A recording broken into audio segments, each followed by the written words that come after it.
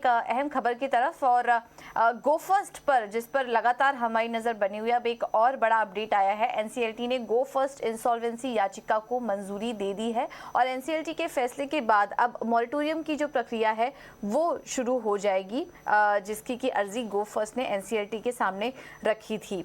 तो इस खबर पर लगातार हमारी नजर बनी हुई है और पूरा अपडेट लेकर समीर भी हमारे साथ जुड़ चुके हैं। समीर से हम संपर्क वापस जोड़ने की कोशिश करेंगे, लेकिन हम आपको बता दें ये पूरा मामला ऐसे शुरू हुआ था कि गो फर्स्ट ने इंसॉल्वेंसी के लिए अर्जी दी थी और एनसीएलटी ने के सामने ये उन्होंने रिक्वेस्ट भी की थी कि इस प्रक्रिया को जल्द से जल्द पूरा करने की कोशिश की जाए, जिससे कि मॉरेटोरियम की जो प्रक्रिया है वो शुरू हो सके। तो अब फिलहाल एनसीएलटी ने इसको मंजूरी दे दी है और एनसीएलटी ने गो फर्स्ट इंसॉल्वेंसी याचिका को यहाँ पर मंजूरी दे दी है। एनसीएलटी के फैसले के बाद अब ये जो मॉरेटोरियम की प्रक्रिया है वो तेजी से शुरू हो चुकी होगी।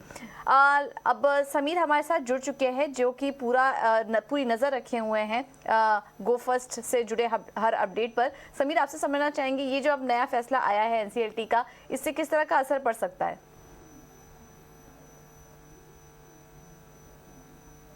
सबसे पहले आपको बता दें कि 4 मई की सुनवाई के बाद में अब एनसीएलटी ने अपना आदेश पारित कर दिया, आदेश दे दिया है और इंसॉल्वेंसी प्रोसीडिंग की जो प्रक्रिया है उसकी शुरुआत कर दी है।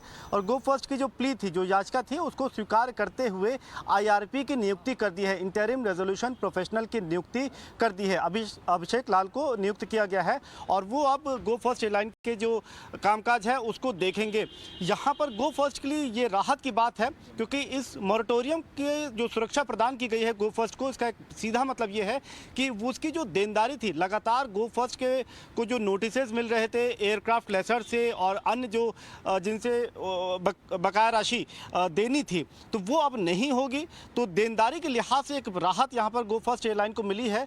लेकिन इसके साथ ही आदेश में ये भी लिखा गया है कि जो गो फर्स्ट का जो पूरा बोर्ड है उसको सस्पेंड कर दिया गया है और अब आईआरपी यानी कि इंटरिम रेजोल्यूशन प्रोफेशनल जो है वो एयरलाइन के कामकाज को देखेगा और इसके लिए जो सस्पेंडेड बोर्ड है वो तुरंत जो है आईआरपी को 5 करोड़ रुपए मुहैया कराएगा ताकि वो जो खर्चे हैं उसको पूरा कर पाए।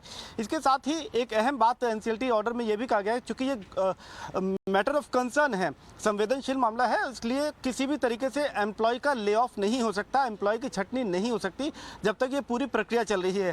तो कर्मचारियों के नज़रिए से कम सुरक्षा प्रदान की गई है इस एनसीएलटी ऑर्डर में और अब यहाँ से जो दिवालियापन की जो पूरी प्रक्रिया है उसकी शुरुआत यहाँ पर हो जाती है और आईआरपी अब कामकाज को देखेगा। जी शुक्रिया इस वक्त ये बड़ी खबर हम तक पहुंचाने के लिए। तो एनसीएलटी की तरफ से यहाँ पर कब से कार्रवाई की बात चल रही थी और गो फर्स्ट इंसॉल्वेंसी को मंजूरी इस वक्त मिलती हुई देखने को मिली है। एसेट्स खरीदने की बात, एयरलाइंस के एसेट्स खरीदने की बात यहाँ पर और क्लियरली गो फर्स्ट के एसेट्स बिक सकते हैं, ये खबरें इस वक्त हमारे सामने आती हुई। इससे जुड़े सारे अपडेट्स हम आप तक जरूर पहुँचाएंगे।